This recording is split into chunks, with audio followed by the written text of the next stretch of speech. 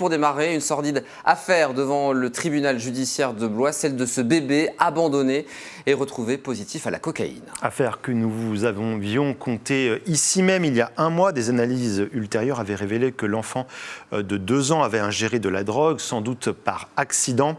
Le procès se tient en ce moment même, mais sans la mère qui ne s'est pas présentée à la barre. Les explications sur place d'Hélène Chaplet.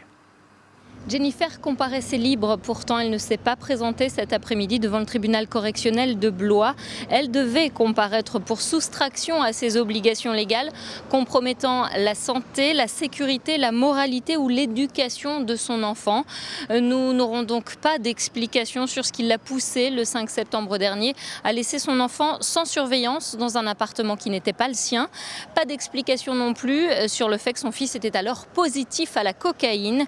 Le mineur vit désormais dans une famille d'accueil. Un juge des enfants a décidé de son placement jusqu'en septembre 2024. Ses intérêts sont désormais représentés par l'UDAF 41. L'idée, c'était aussi de pouvoir se confronter aux explications de la maman, qui malheureusement n'est pas présente aujourd'hui à cette audience.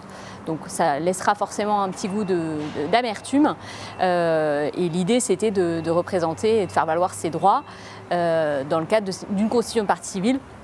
On sollicitait, en tous les cas, je vais solliciter 1 500 € de dommages à intérêts en réparation et préjudice moral. La prévenue d'origine nigériane serait en attente d'une régularisation. Quant au père de l'enfant, il vivrait près de Lyon mais n'aurait pas demandé sa garde. Le petit Mohamed est né à Blois. Il n'aurait pas subi de coups ni de mauvais traitements. Lors de son hospitalisation, il n'a pas manifesté de manque. Preuve peut-être qu'il s'agissait d'un incident isolé.